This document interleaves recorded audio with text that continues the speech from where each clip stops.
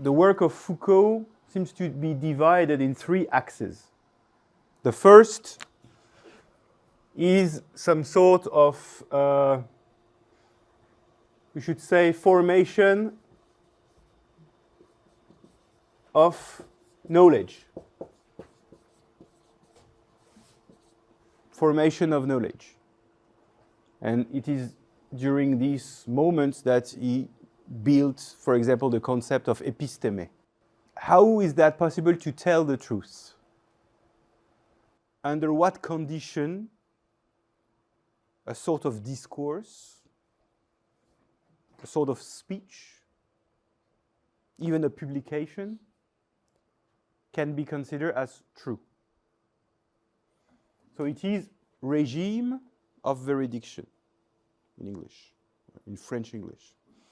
The second axis is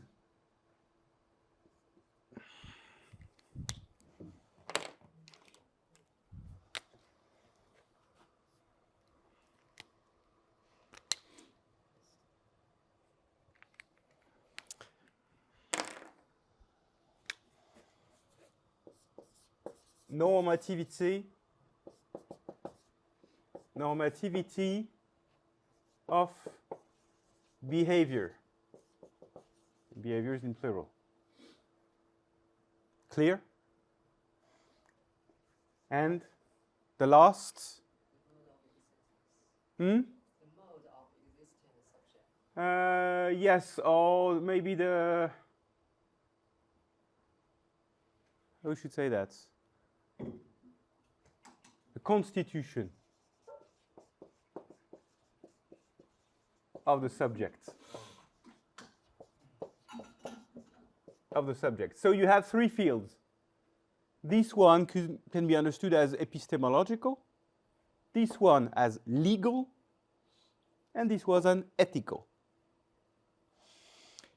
And so the last course, so logic or epistemologic, legal or political, and ethic. And during these last three courses, he will present these two from this point of view. So it speaks about knowledge. For example, we will speak a little here about paresia. Paresia means how to speak for truth, or how to frankly speaking. And this deals with knowledge. And this deals, of course, with some sort of duty, because you have to speak honestly. And it is also, through paresia, as a technique, an element of the technique of the self.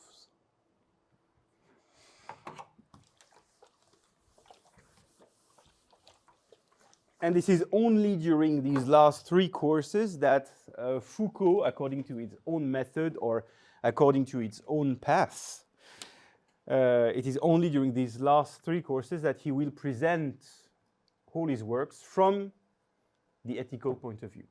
That is to say, from the constitution of the subject. So we ended last time on this point, that is to say, remember the question was why Seneca ended his life by writing a text devoted to natural sciences. That was a strange idea, because the purpose of Stoicism is to free yourself, to be an autonomous type of subject. So why? To be totally independent, especially independent of pain. So how is that possible how is that conceivable to end your work on consideration of the movement of stars, the growing of plants, and stuff like that? And so what's the relationship between the care of the self the knowledge of the self and the knowledge of nature. And this is a prejudice here to believe that during the antiquity, the knowledge of the self was some sort of psychological type of knowledge. Knowing nature was a way of knowing yourself. And you have a proof of that, especially in another school, the Epicureans, who named, or this form of knowledge that is able to free yourself, physiologia. Physis, this is nature in Greek. And logia, it is rational discourse. Some sort of science. Grounded knowledge. So, this knowledge of nature can also be understood as natural knowledge. And because it is natural, it has its own legitimacy. Remember, there is a ranking of pleasure. And pleasure in Epicurean school means the goal of existence. That is to say, happiness. In ethics, and especially during antiquity, ethical means how to access, how to achieve the end of your own existence, how to fulfill the goal of existence. When you fulfill it, there is happiness, named in Greek eudaimonia,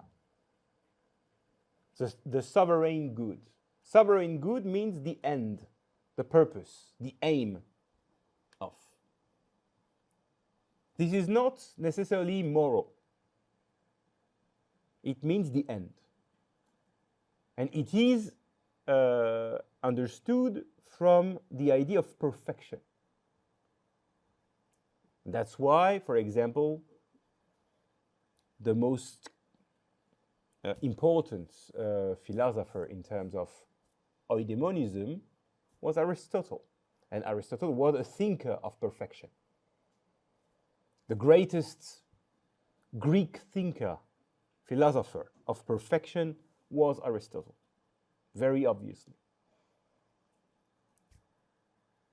That's why he is a thinker of the limits. One aspect that Aristotle hated was infinity. Infinity, it is awful. It is chaos. And so how to end your own life? That's the idea. It does not mean that you will die. To end your life means to achieve it, to fulfill it. That's the eudaimonian perspective. To have a happy life means to end your life. Strange. For the Epicureans are eudaimonists, but a certain sort of. They believe that happiness is in pleasure. In the experience of pleasure, there is something fully satisfied in your own being.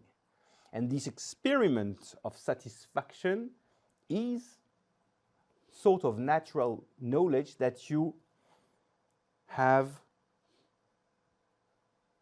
touched the aim of your existence. That's why you are satisfied. Remember, satisfaction means enough. Satis in Latin means that's enough. I don't need no more. So in the experience of pleasure, you have that naturally. You feel yourself fulfilled. But unfortunately, all pleasures are not equal in terms of goodness. There are pleasures that cannot fulfill you. And worse, there are pleasures that can dig inside you some sort of need, infinite need. So they are pleasure that provokes pain. And that's the role or the job of philosophy, to distinguish among pleasures. So we've got necessary pleasures. For example, you're thirsty, you drink. That's necessary pleasure. And it is totally fulfilling. You've got natural pleasure. You're thirsty, you drink water, because water is natural. If you want to drink wine, for example, there is a problem, because wine does not exist naturally. So it means that there are some artificial pleasures. Like, for example, drinking wine. For drinking wine, you need a vineyard, the art of producing wine. So you need to make a lot of efforts only to produce a small bottle, to invent, for example, glass, for building a bottle of wine and glasses. So you need to work a lot. So it's a lot of pain. And after that, because it's an artificial pleasure, there is no satisfaction possible, because satisfaction is only when you achieve your own purpose, your own natural purpose. So you are adding something which is not acceptable in terms of nature. That's why with the experience of artificial pleasure, you've got addiction. Because you are creating a need that does not exist naturally. And after that, there is the fourth type of pleasure, which is the unnecessary pleasure. Very easy. You are hungry. You are eating 10 饺子. And after that, you say, okay, I'm not hungry anymore, but maybe I will eat another 20 饺子. So you are eating without being hungry. That's unnecessary pleasure. The two last, the unnecessary and the artificial pleasure, dig the gap, and so create an impossibility for being satisfied. Only necessary and natural pleasure are able to fulfill your own being, understood as natural being. And that's why the knowledge of nature is able to free you.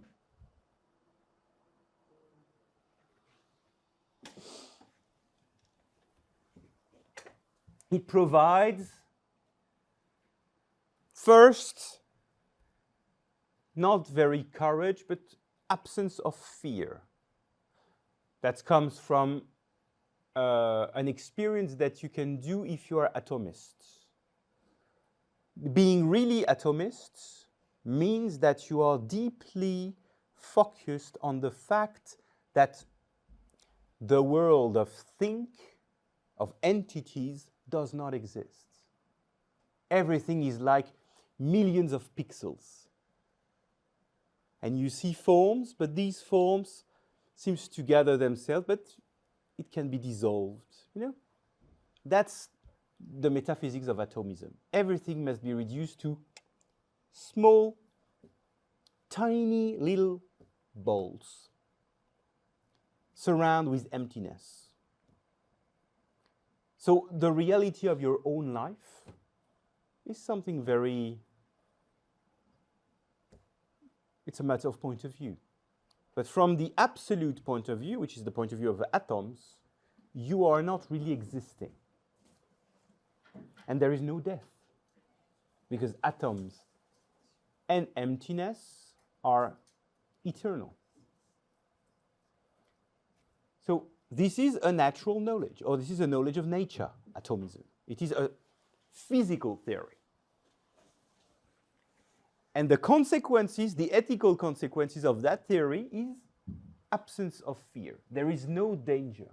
There is no real or absolute danger. There is no real or absolute death, but only combinations, association, dissociations of atomic structures, patterns, atomic patterns.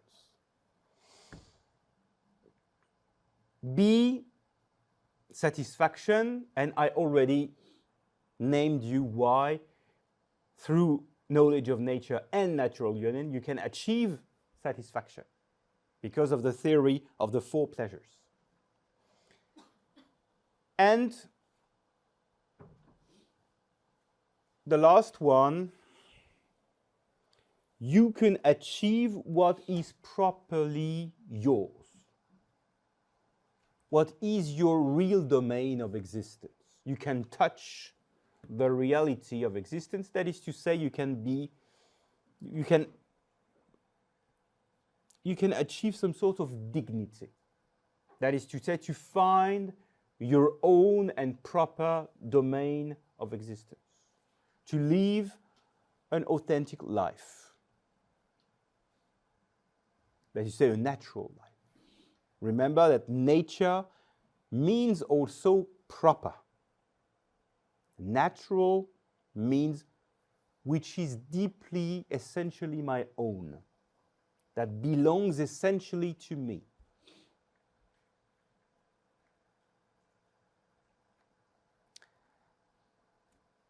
And so we see that there is a close relationship possible between ethics and physics. And the last, as a result and a cause, but through this sort of natural knowledge and knowledge of nature, you can develop some sort of freedom, especially according or in opposition to everything which is artificial or created, fabricated, conventional. And the result is the ability to speak for truth, to assume the possibility of the truth, to face the truth and not to be fear of. That is to say, to live a real existence. And this is the first moment of parousia. We will not spend too much time on parousia because it will be the main topic of the courses that Foucault gave in March 82, and it is essentially the topics of the second course, Government and Self Another, and the Courage of Truth. So it's just a way of presenting. So let's enter in the February 17 course. And here it is a question about a strange movement. Is that metaphorical movement or is that a real movement? What does it mean when you take care of yourself and even when you are knowing yourself? Why it is said that you are returning, coming back to you? What does it mean to come back to you? What does it mean to return to oneself? It is a strange expression. So the first metaphor, image, very often mobilized, to help us to understand this, yes, very strange movement. Is that a real movement, for example?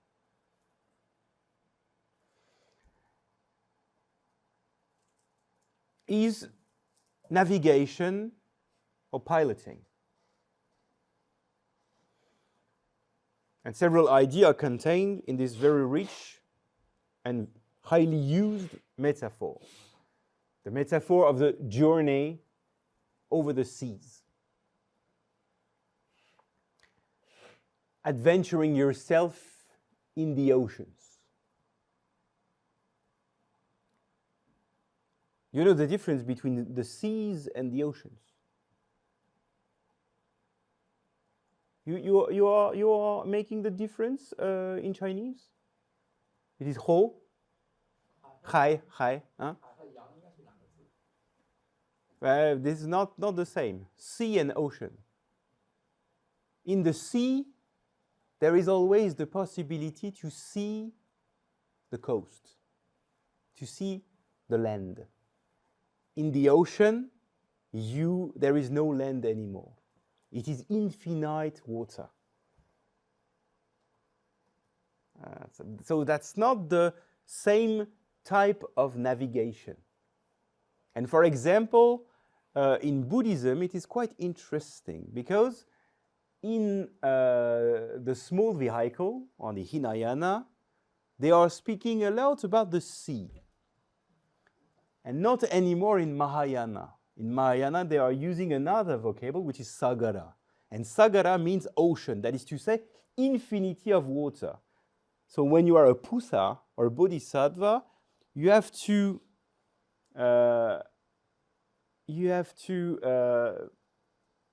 manage your life without any sort of reference.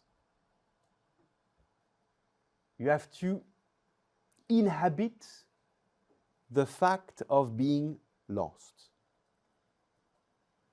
That's why you need Kong. Because there is no land. There is no home. There is no harbor anymore. And you've got that idea also in the West, and especially because of Homer and the Odysseus. In the Odysseus, in Homer's novel, you're not navigating in the ocean, but in the sea, especially the Aegean Sea. That is to say, there are islands, dangerous islands, with sexy women sometimes, or monsters, or monstrous women.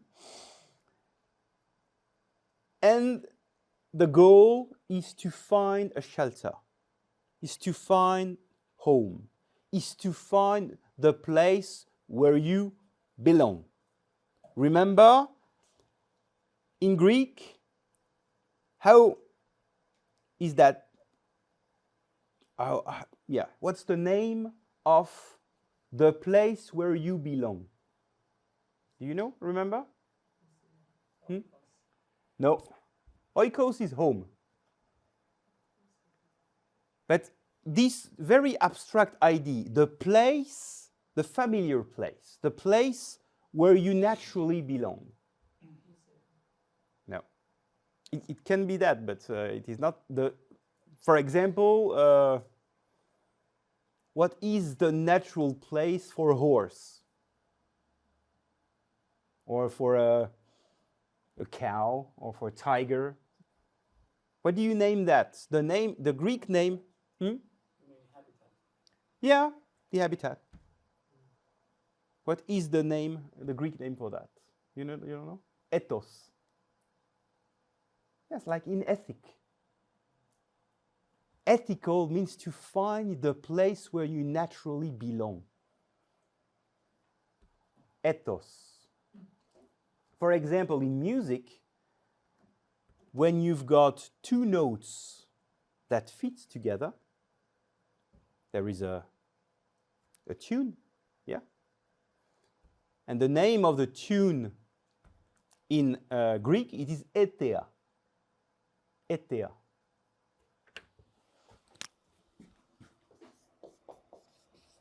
Etheia. Ethos, the familiar place where you belong. Etheia, when two notes seems to tune together. So you've got the same idea.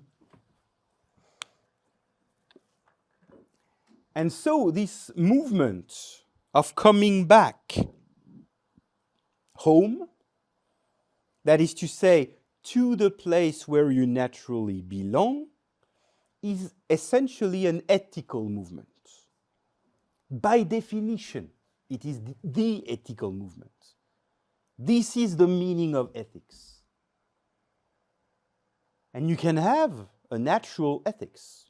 For example, birds that fly over for winter and come back during the summertime to their natural place. That's a natural ethical movement. And so that's the first idea. That's coming back, returning to oneself, means to find the place which naturally fits you. To find your own domain. To discover or to come back to what is really yours. What really depends on you. What is the proper domain of your will.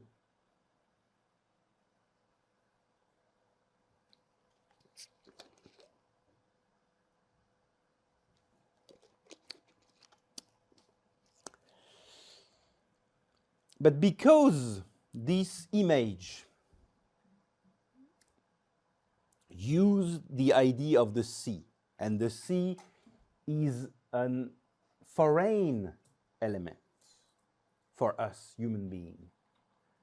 The idea of crossing the sea means for us the idea of going into an element which is not our element. That is to say, to cross a perilous domain, a deeply unessential domain, which is the sea, that is to say, the water element. We are not water, we are not fish, obviously. So there is something dangerous.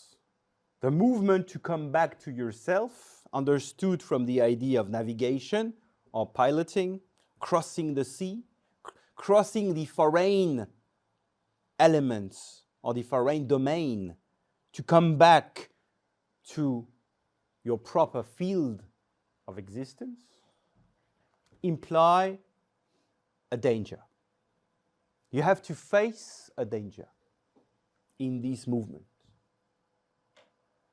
And the name of that danger is that you have to cross an element stranger to you. Now, there are many possibilities.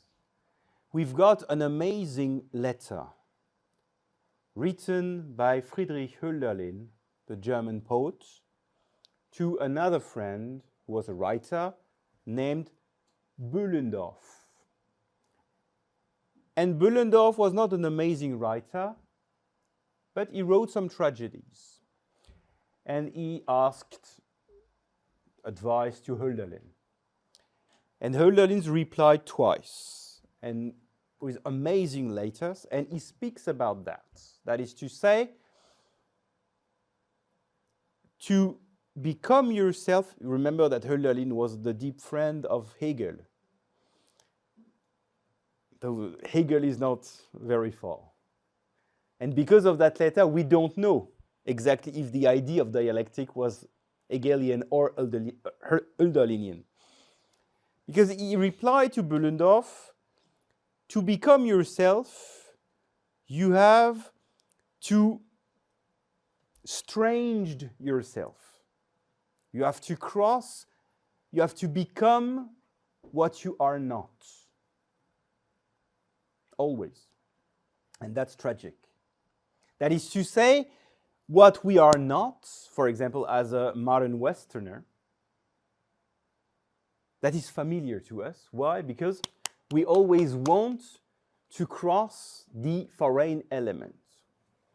And what is distant, always very distant from us, is what we are, the familiar.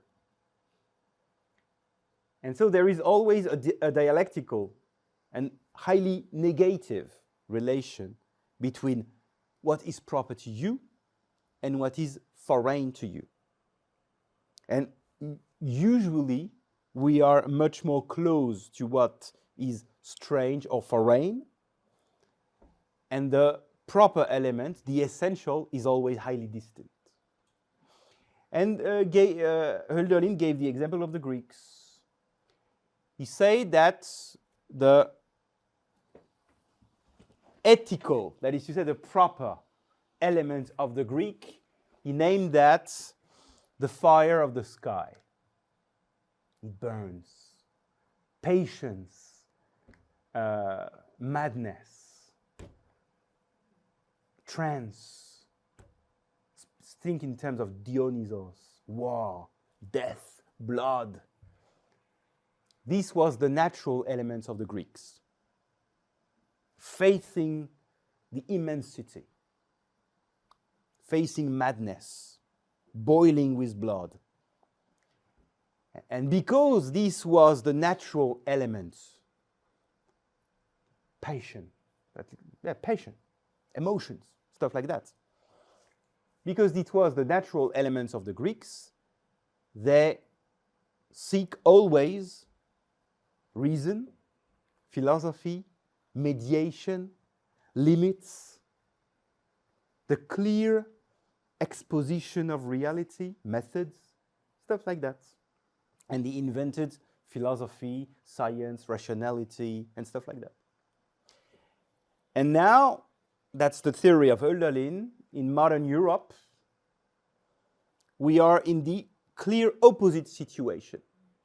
That is to say, our native, our natural element is that methodological relationship to reality. Sober, very distant, very cool. And that's why we are looking this fire from the sky. And it was a way of explaining Romanticism, of course. So we are always looking what is not our natural or native domain. We're estranging ourselves from ourselves. And so here it is speaking about another movement. How is that possible to come home? But nevertheless, for coming home, you have to assume a journey that crosses an element of danger. It implies also that the destination, that is to say yourself, is understood as some sort of shelter, some sort of haven, some sort of homeland. And thirdly, because it is dangerous, it implies that you need a sort of skill. You need a technical know-how. You need some sort of specific knowledge. A sort of existential navigation. And this is to this last point where the idea of governments come in. Remember, governments means to pilot. Government comes from the Greek kybernestai. Yeah, how to drive a ship. Means navigation. Piloting over the seas. The arts of navigation, this is kybernestai, government. So government is not a political vocable. It is a technical vocable for finding your way when you are lost in the seas.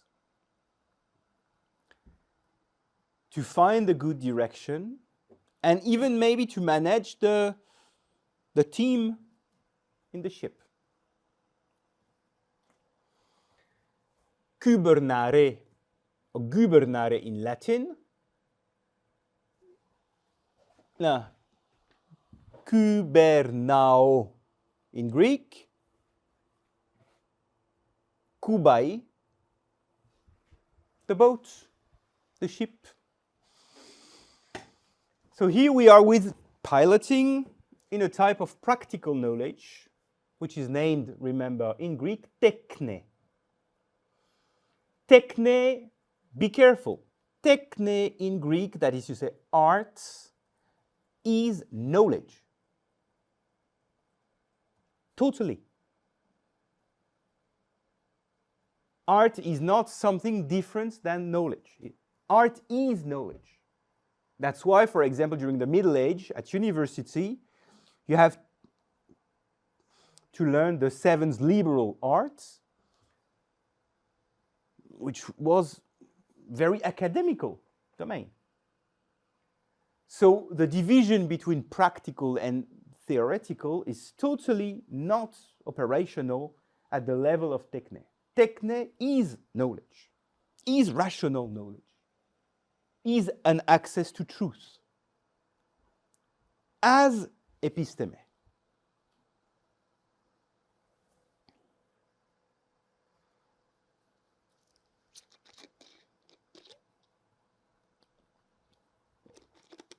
So the knowledge of yourself is a techne.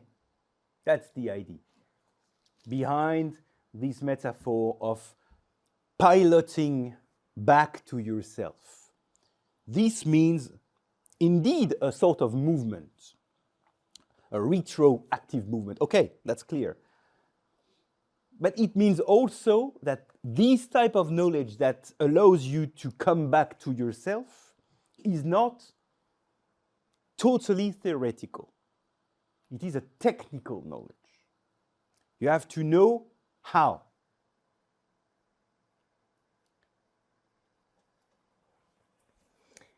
And you have to put that into practice. You have to apply that.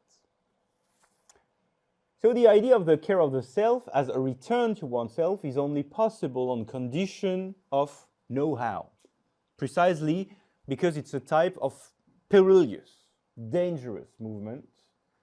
There is a possibility of wrecking yourself, of getting lost, and stuff like that. The idea of the self-care as a return to oneself is typically Greek and Roman. In the Christian aestheticism, it's more a question of abandoning oneself to God. In India, you've got something like that too, but it's more complex. You have to abandon yourself. And because you are abandoning yourself, it is coming back to you as a remain. Theory of sacrifice. When you sacrifice something to the gods, for example, you've got that in China too. For example, during Sangli, you have to give raw meat, kosho, and boiled meats. And after that, you have to give that to the spirits. And after that, there is still meats, because remember that the spirits are not really eating meats. So you have to share the meats. Or you give the meat to the most important person, and after that, you have to give a hierarchy of how you will give the remains, the leftovers, you know? So it is a problem that is inside any sort of sacrifice. But in India, it was pushed a lot. That is to say, what is sacred is the leftover. Why? Because everything is given to the gods.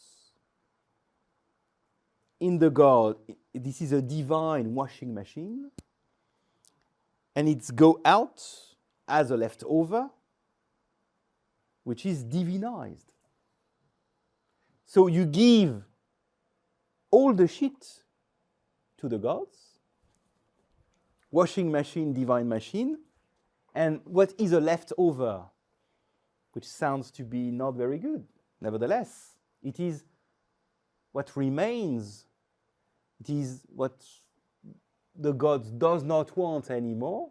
It is so the divine leftover part, and it is sacred as such. So in Hindu, not in Buddhism, in Hindu type of spirituality, you have to abandon yourself, to give up yourself to the gods, and to become a leftover yourself. So there is also a returning movement, but you need a mediation, and the mediation of gods. You cannot do that movement alone. In the West, this movement can be done by yourself, for yourself, with yourself. You don't need the mediation of gods. Of course, you need the help of a master, or maybe of a friend, of another, but it is not as necessary as the Indian model.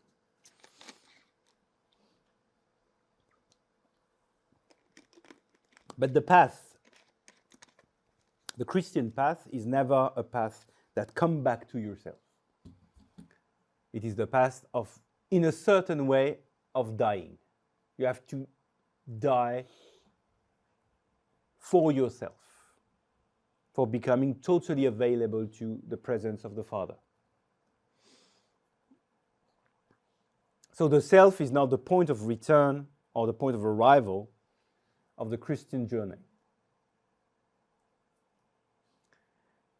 This theme of the return to the self, which is hyper-Hellenistic here, despite its relative abandonment by Christianity, has survived nevertheless and sometimes reappeared during the history of Western philosophy in authors such Montaigne in France, Max Stirner in Germany, Arthur Schopenhauer in Germany too, Nietzsche, Jaspers. You've got in these authors some sort of coming back of that model. You have to cross a perilous element to find yourself. However, in the period in which Foucault is speaking and was speaking, in which this period is still ours now, we must recognize that expressions such as return to oneself, liberate oneself, be authentics, are completely emptied of their true meaning. It is only commercial slogans for Nike now. It is not something highly meaningful anymore, which tells a lot about our situation and the great difficulty for us to become subjects. There is something in our time that does not want that we become ourselves. Give you an illusion of freedom, but not a real freedom. So we are using this formula inherited from the past, just as to sell something. And never without a real deep understanding of that meaning. What does it mean to return to yourself? What does it mean to be free according to yourself? Not politically, according to yourself. What does it mean? Not clear, you know? So this emptying of meaning, of the particularity of that movement, shows how our time is incapable of a true ethics of the self anymore. We are lacking, this is the modern time. The modern time lacks of a true understanding of the ethics of the self. We are not in the time of the subject. That is not true. And when we are speaking about individualism, be careful. Be careful. Because we are not really individuals. For really becoming an undivided being. That's the meaning of individuals, undivided. That is to say, integral. That is to say, dignity. That's the meaning of dignity. Being entire, being as a whole. This is not the sort of atom lost in the massive society. So we constantly refer to the need for such an ethics of the self without ever giving it any content. And yet the impossibility of our times to truly constitute an ethic of the self is a very important phenomenon to consider seriously. I'm just quoting here Foucault. It is an urgent, fundamental, and politically indispensable task to constitute an ethic of the self. So true is it that there is no other point, primary and ultimate, of resistance to political power than the relationship between self and self. Foucault ended his life on that point. That's very strange, because he spent all his time to criticize the power, to analyze the power in a very structural dimension, macro dimension. And he ended his life by saying the most urgent point for resisting the power is to become someone. That's strange. That is to say, to reinforce individualism. to give to individualism a real force, a real intelligence. So the ethics of the self has become here an act of resistance. Resistance to what? Foucault was not answering, but it is not difficult to answer. And I ask you the question, resistance to what? Don't answer to me, to the power, because we don't know what the power is. Do you have an idea? You have to be logic.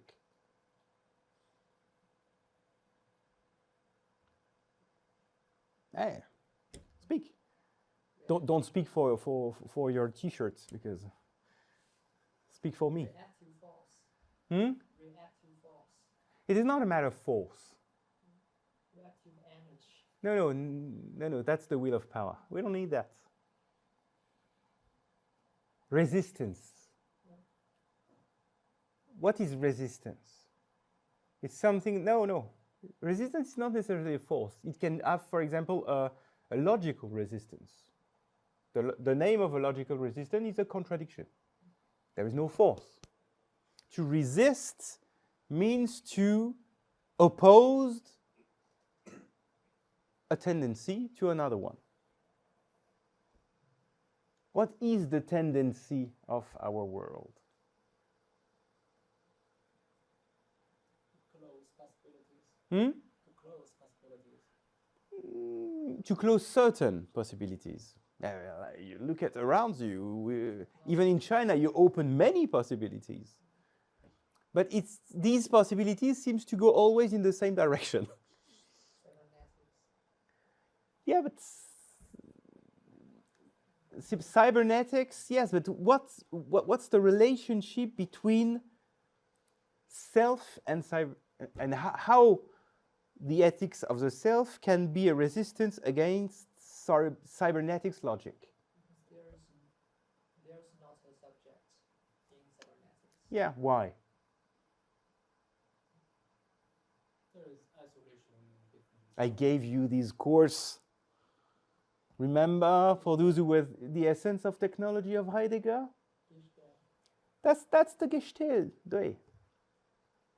The Gestell, it's the name of the essence of technology in Heidegger. That is to say, a sort of process which goes by itself. You don't need no one anymore. It is running. The machine is running. The machine creates a machine, which creates a machine, which creates a machine. The program runs. The software runs. You don't need no one anymore. So that's the first resistance. And the other one, which is much more ancient, which come from the industrial modes of production, which is the massification of society. in a mass society, you don't have persons. You have atoms. You have individuals in that way. That is to say, some people that are no one. Not really. And so this is the two tendencies. The anti-anthropological movement of technique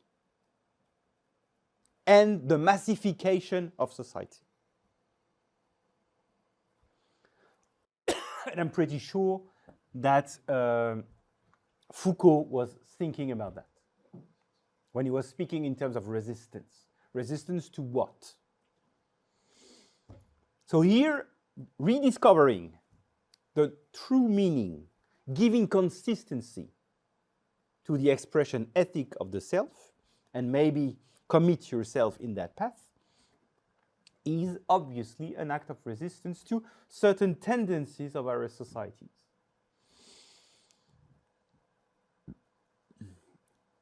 And contrary here to Foucault's assertion, this resistance is not only and not essentially political. Because the technological tendency and even the massification of society, this is not directly political. The first deals with the essence of technology. So it deals with the essence of knowledge and science and whole the history of Western philosophy and metaphysics. So the first is essentially metaphysical by essence.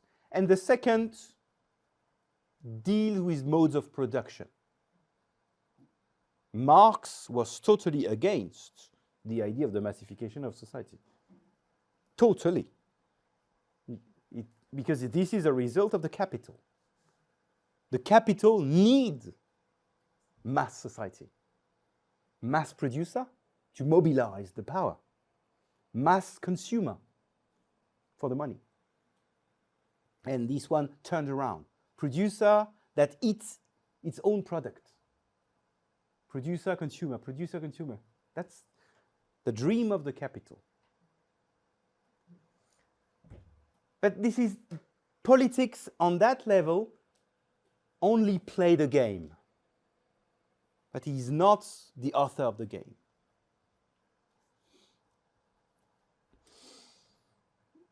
So this resistance to power can appear as a maybe too superficial interpretation of what threatens human self-being. And here again, Foucault should have read and maybe insist more openly about Heidegger and the essence of technology and the history of metaphysics. But I'm pretty sure he knew about that. And above all, and that's on that point, I don't understand why here Foucault was not mentioning Marx. Because Foucault read Marx pretty closely.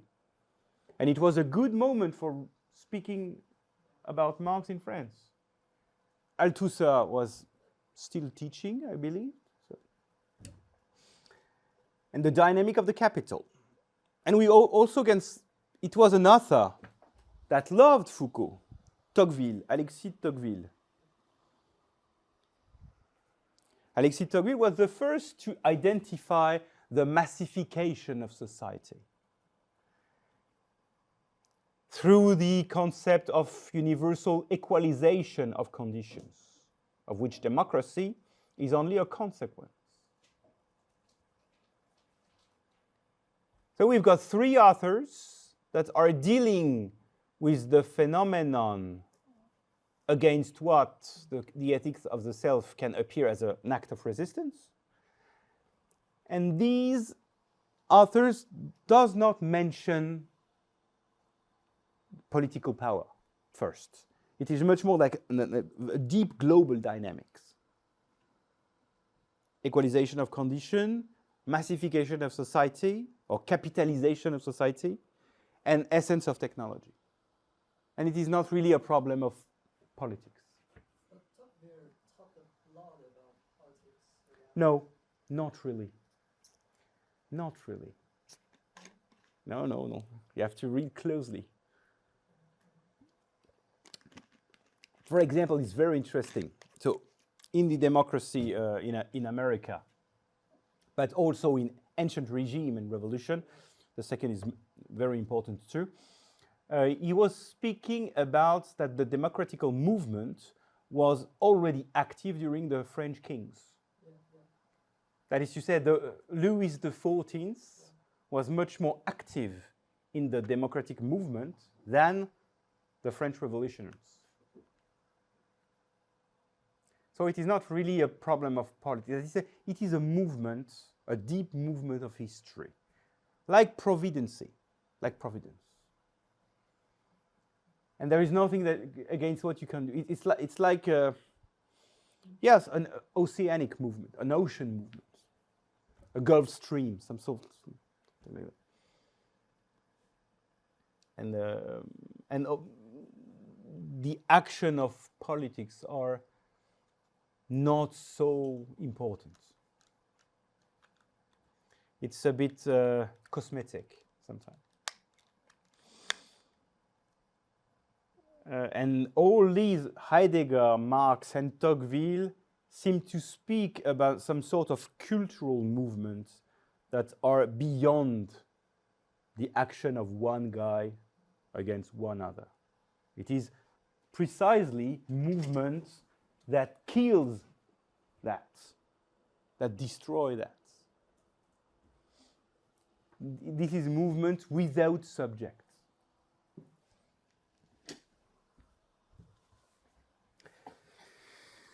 So in Foucault's work, there is pretty actually some sort of pan-politism. That is to say, everything seems to at least coming back to a political problem, which is questionable, because everything is not political. That is also a part of what the ethics of the subject must once again be constituted against. The ethic of the subject tells you that everything is not political. Doesn't mean that politics is not important. It is highly important, but it is not everything. And just paying attention to yourself, resist that. There is no politics. This proposition is criminal. Everything is politics, also it is criminal. Nihilism for one part, totalitarianism for the other one, which at least is the same. So the political dimension is only a consequence of a much more fundamental movement. However, Foucault makes things clearer by proposing, through these themes of the self, of the care of the self, as a return to the self, to broaden and deepen the meaning of what government means. And he will, on that point, enlighten the political government from the governing of the self. That is to say, from this movement of coming home, of returning to oneself. And that's pretty interesting. So he will enlighten politics from a non-political point of view, that is to say, an ethical point of view. Theoretically and practically, redefine this notion of governmentality through the elements of a subject defined by the relationship between the self and self, and not anymore immediately as a political category, but as an ethical category, or a self-ethical category. And we move away from a relationship to the subject determined solely by the law, and enter into an ethical understanding of the subject, and therefore also of politics. So it enriches, in a certain way, the dimension of politics, not only by legalizing everything. That's the problem. Now, by politics, we are only thinking in terms of law, how to legalize everything. Maybe it's a bit dry. And the problem of the law is that it always concerns generality. We are not existing as we are in the field of law. Because the field of law is always the field of universality.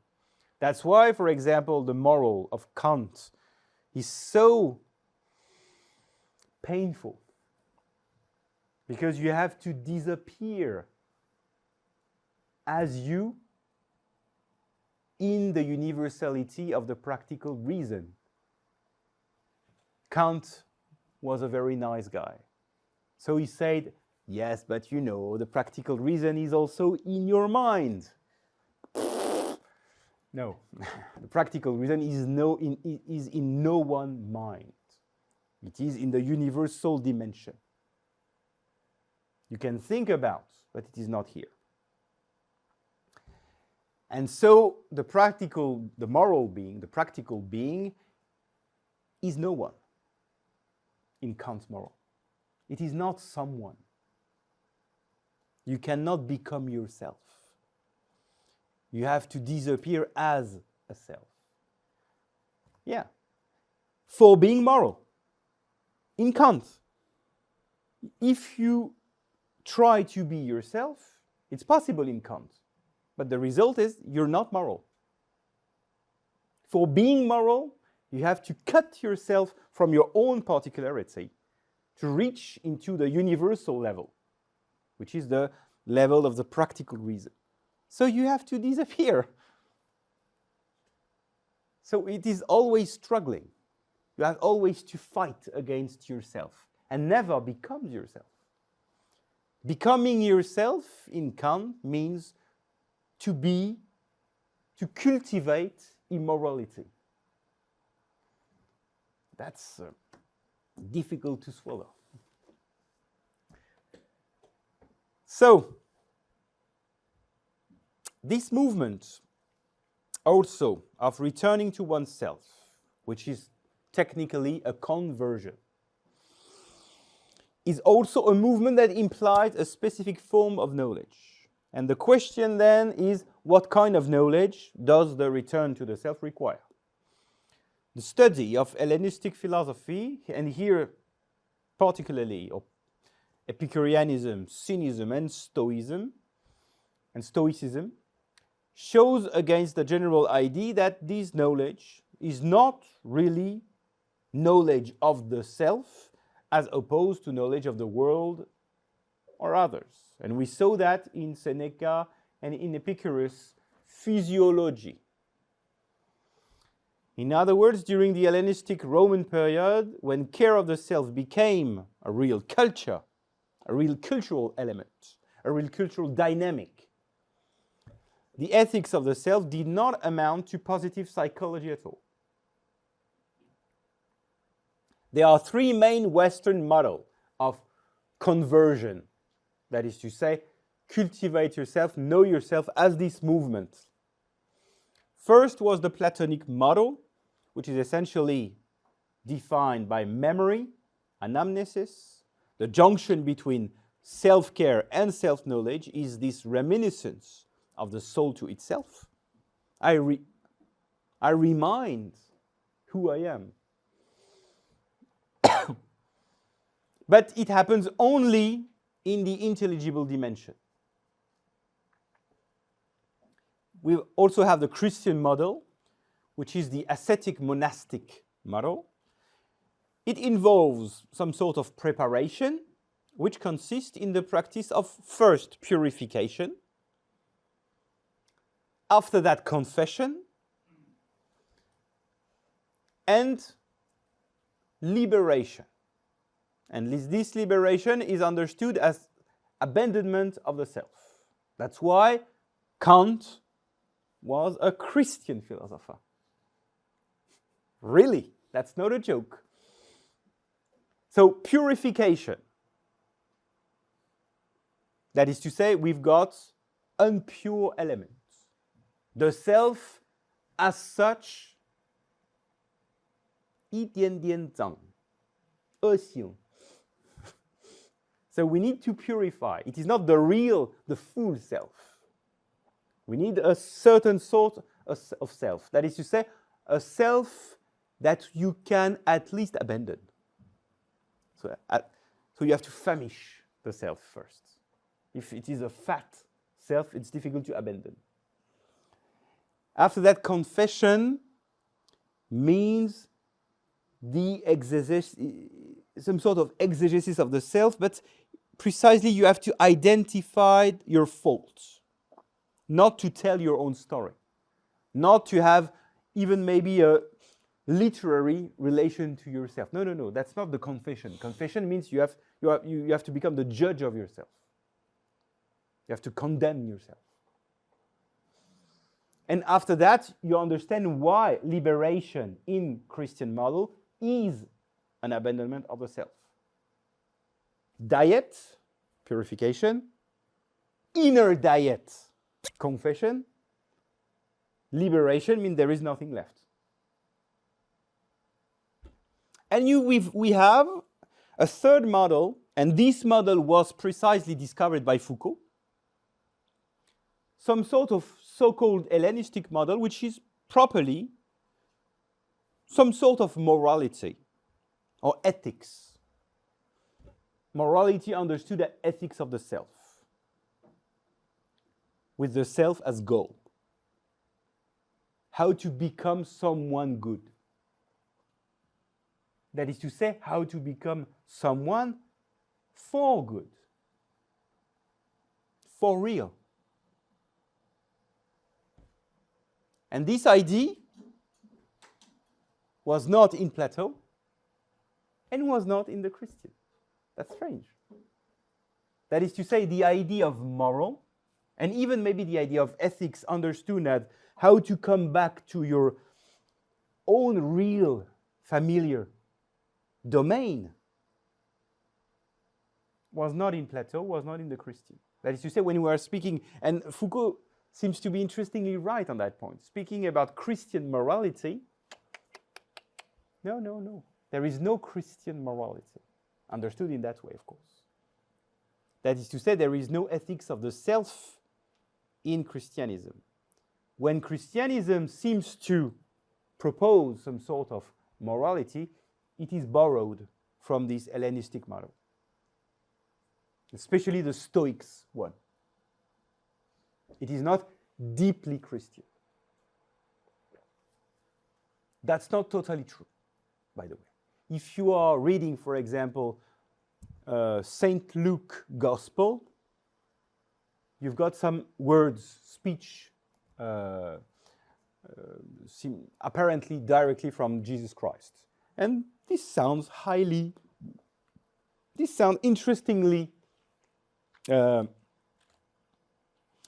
ethical. But it's a reverse ethics in Christianity. That is to say, remember, if you are poor, you are rich. If you are rich, you will become poor. There is a reversal. So it's strange. That is to say, if you want to become yourself, you have to abandon you. So Foucault is, in a certain way, right, but not entirely. Because there is something like an ethic of the self, which is the reverse of that model. So which means that model was first. But because it is so difficult to assume in life Christian ethics, Christianism as a church and a political institution assume a lot that model, which is much more acceptable.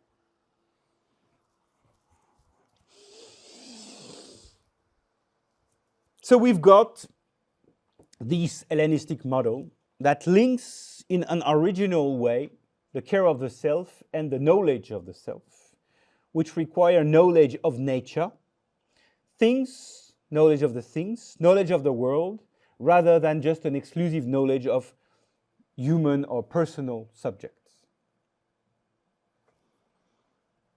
It is much more an ethics of the self than just a knowledge of the self. And I will speak about that now. The first example of this, the relationship between care of the self and knowledge in the field of ethic of the self, comes from Seneca, Natural Question. This is the last text written by Seneca, and I told you about that. This is very strange because apparently there is no relationship with the self, neither knowledge of the self nor care of the self. And in Seneca, there is this claim for this sort of question, how to present the world itself, the natural world, seems to be that the most important activity in the ethics of the self. So it is not the care of the self or the knowledge of the self is not egocentric at all. It is not just looking like, no, no, no. It opens the possibility of having a relationship with everything. At the end of his life, Seneca wrote a treatise on natural history and cosmology, far removed from any sort of subjective and even moral consideration. And the intention of this book is to go around the world, which is in Latin mundum circuire, with a view to discovering the cause and secrets of nature. Naturae causas et secretaque. So why this theme and why tackle it at the end of his life? How does this knowledge of nature contribute to the care of the self, understood as a return to oneself? Care of the self, as conceived by Seneca, is presented in Natural Question as 6 steps path. First, overcoming vices. Second, standing firm in the face of adversity. 3, resisting temptation. 4, turning one gaze to one's own mind, that is to say, to your own representation. Having your soul on the edge of your lips. That's an amazing expression. You have to keep your soul here. That is to say, you have to live your life as you are already dead. You understand what does it mean?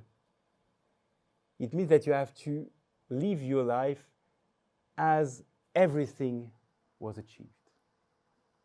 You have to live your life in a state of perfection. You don't need nothing anymore. You're totally free. If you have goals in your life, you're not free.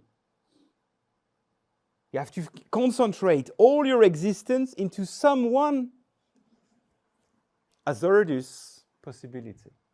But if you consider yourself, your life as already lived, you're totally free. The time you have is just an extra time, bonus time, gift time. That's an amazing idea. Live your life with your soul on the edge of your lips. This is absolutely not suicidal. This is the contrary. To explore the world and penetrate its cause and secrets. So the ultimate goal of this sixfold path is to acquire a sort of natural freedom, liberum naturae, which consists in the negative of escaping servitude. And servitude consists essentially in servitudem sui, that is to say, self-servitude. And it seems that we are facing a sort of paradox, because how can we return to ourselves and at the same time we have to quit the servitude of the self? And this is precisely where the Hellenistic Stoic model proves to be original, that is to say, not reducible to the Christian perspective of self-abandonment, total abandonment for God. What Seneca understands as self-servitude or self-enslavement, if you prefer, is based on a system of obligation in-depthness rewards from self to self. I promise myself to become president of the French Republic. You're dead. You are living yourself in an already in-depth life, that you have to reward your own life. And this is the type of in-depth relationship to the self and the non-self that we need to free ourselves from. So self-servitude concerns not the self as such, but a certain type of relationship to ourselves. And this is where the Stoic role of studying nature, or studying the real world, how the world works for real, comes into play. How to quit imagination. And of course, one of the essential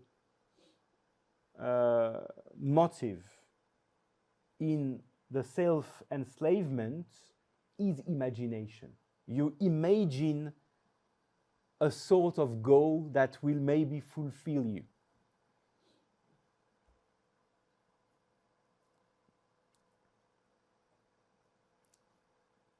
And why we need to study nature?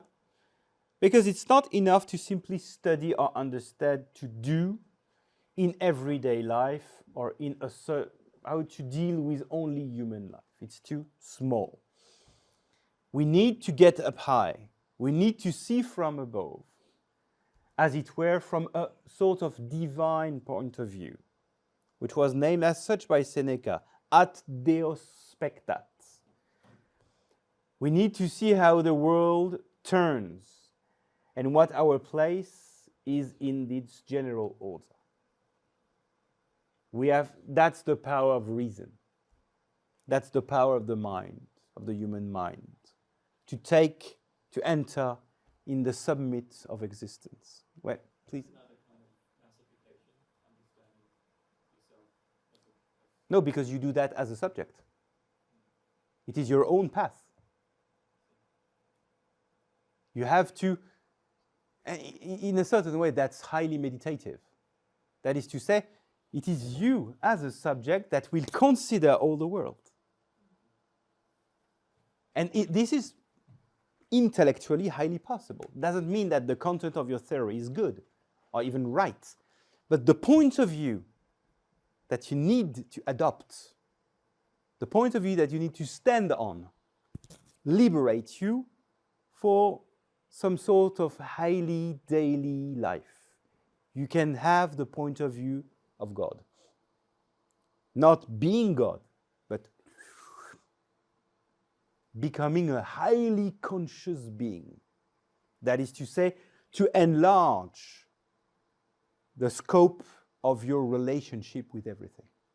Because the problem is that's enslavement. That's freedom. So we need to enlarge the scope of the relationship, not being stuck to our own reality. Not quitting reality, but giving some range, some scope, some distance. And that's the path of Seneca. That's why we need to understand nature. Because by understanding nature, I become myself as a knowing subject. Only in that exercise, to try to understand the world. So there is an ethical coming back of science.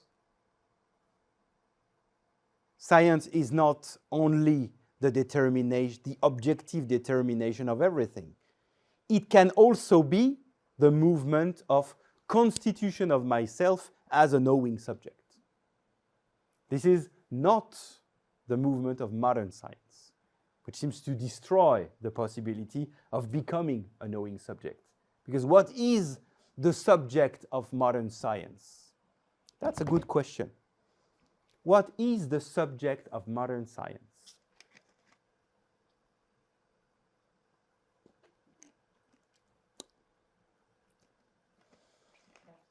No, yeah, maybe capital. That's a possible theory. But computers, technologies, stuff like that. That is to say, who is doing science for real? Is that possible now? Is that possible to become a scientist without all the technological device? No. Is that possible for science to still running without us? Maybe.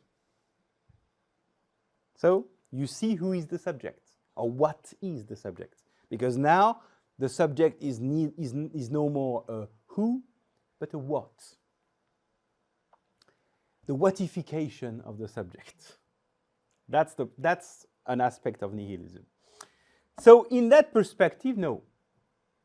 Science, in that perspective, that is to say, to enter the possibility of having a knowledge of the world, is also the path to yourself. It constitutes yourself as an exercise for becoming yourself, as a watcher, as an observer. To stand a very interesting point of view that only human being can have. The point of view of God. Not the power of God. The point of view of God. Be careful. When you are looking at the power of God, the problem starts to become very dangerous. So we need to get up high and see from above. I quote here, it's a question of placing yourself in such a point, so central and yet so elevated, that you can see beneath you the global order of the world, of which you are a part of and the watcher of. There is a double dimension which is interesting, because it is diluting your own tiny personal problem in something much more large. You give air, you give place to your own situation, but you also elevate your own situation. So it's very strange structure of the look. You see yourself. And maybe for becoming yourself, you have to be two. You and yourself. And so you cultivate that relationship. You are not trying to unify yourself, but you dig, or you construct, you nourished the duality. Strange idea. So there is a double practice here at stake, episcopane and periscopane. Remember, in a submarine, that periscope, this device to see around, the periscope.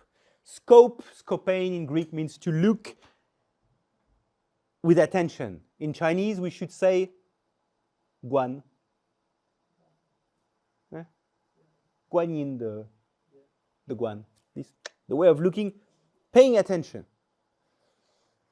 And peri means that, and epi means that. So you have to look like that and like that. Double exercise. To understand, to realize yourself, that is to say, to really understand your real situation in the world. To situate yourself.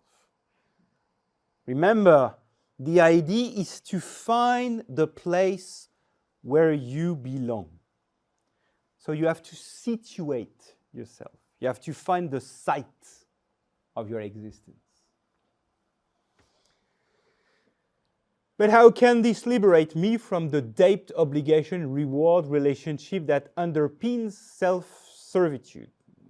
First, it allows us to achieve something like indifference. adiaphoria in Greek, which Seneca described as understanding that there is no real choice.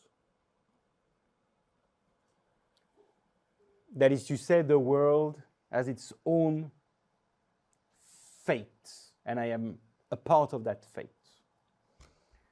I cannot choose everything.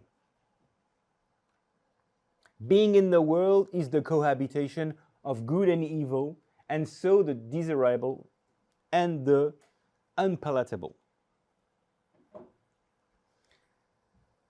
Once you're truly in the world, you accept everything.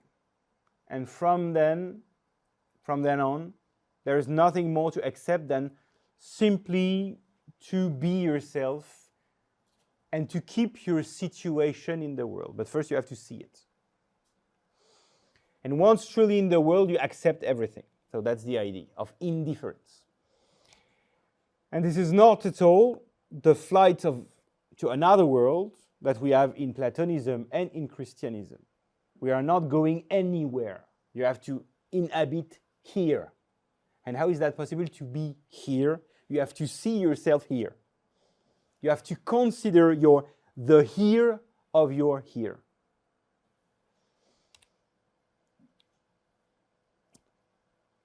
So,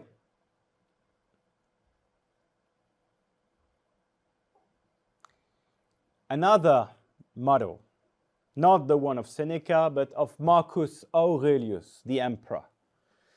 We are not anymore in the model very highly contemplative of Seneca, but in Marcus Aurelius, the way to free yourself is to enter in the core of reality. That is to say, endoscopein, to look inside. Not like that, but to look inside realities and with lots of details, which is microscopein. So you have to contemplate, but like an endoscope and a microscope. Not the point of view of God anymore. You have to enter in the mud in a certain way. You have to put the face in shit and look closely.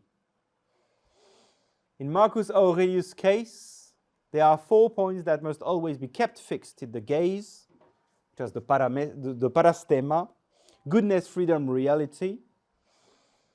And to that must be added the exercise of the maintenance, the fixation of a constant attention.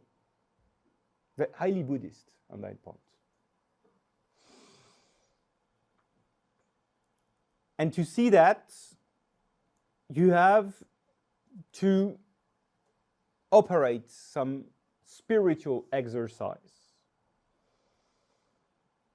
I'm just finishing on that point.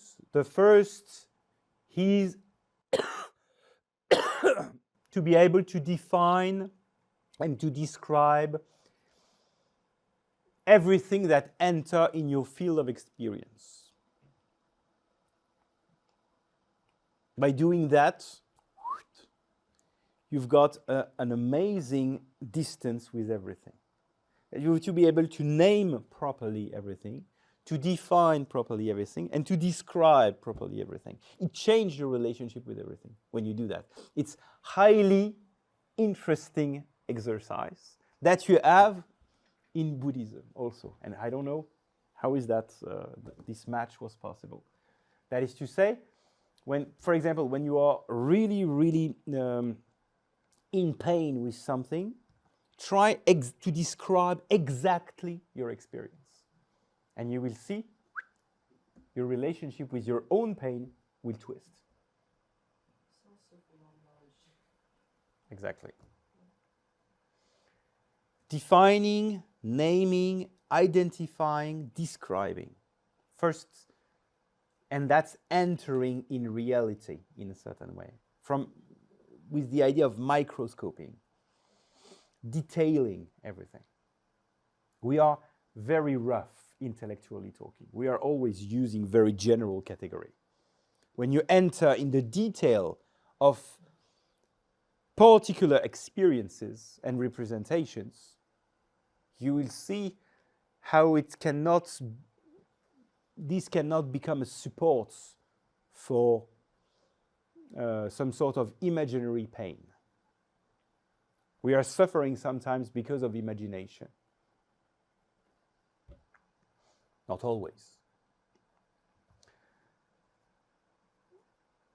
So, with this idea of attention, we are escaping from the bewitchment of the representation.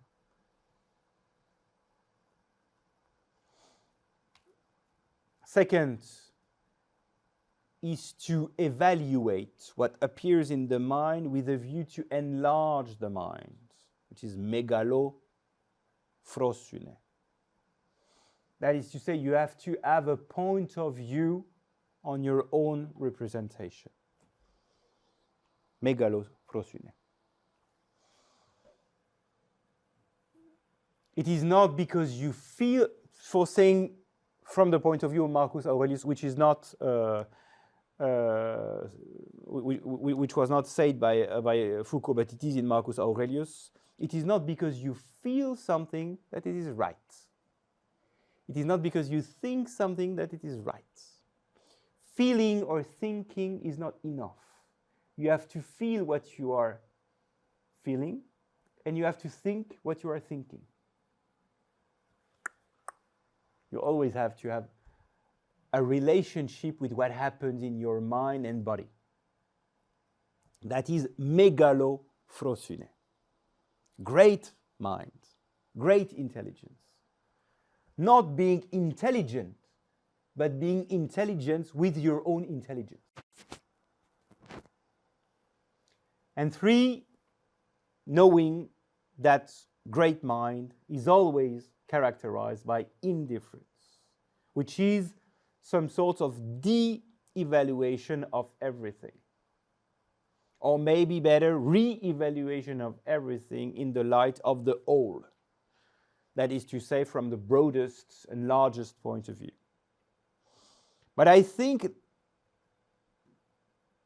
maybe this idea of indifference can be understood from Nietzschean point of view beyond bad and good, or beyond good and evil. You are not evaluating, you are not judging, you are not appreciating or disappreciating reality.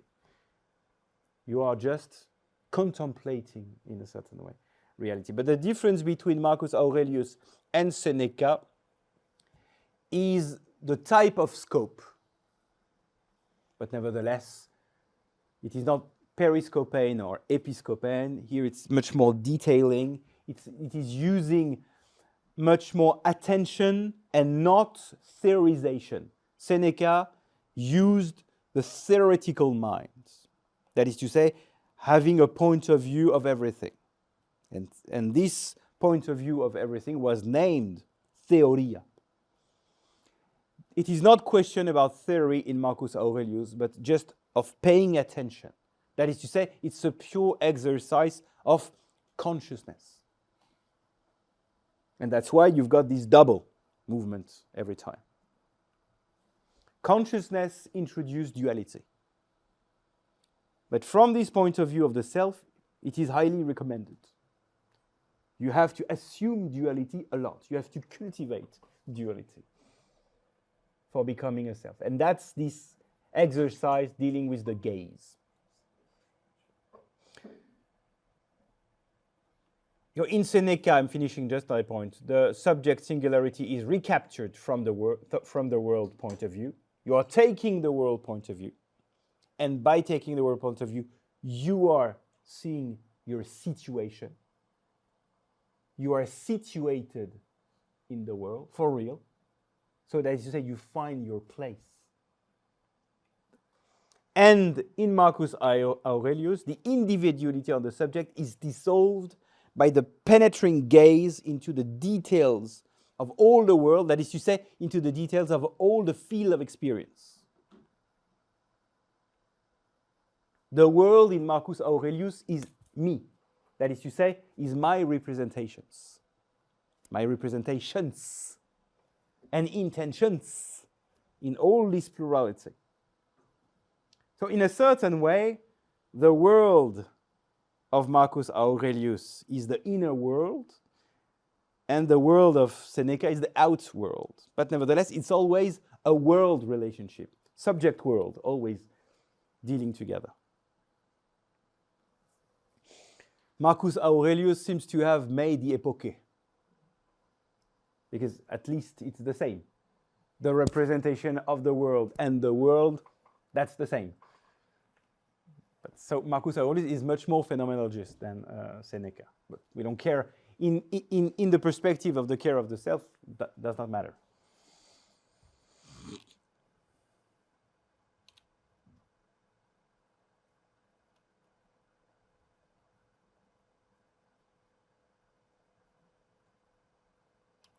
Okay. Next course, we finished. We only have this 2 courses and it's finished. So on that point, keep that in mind. March 3. We will see, for the next time, we will see the exercise. That is to say, the name of asceticism. Asceticism in Greek means exercise, spiritual exercise. So we see in Marcus Aurelius and Seneca, it was the exercise of the look. But after that, there are many others, especially writing, reading, listening, silencing,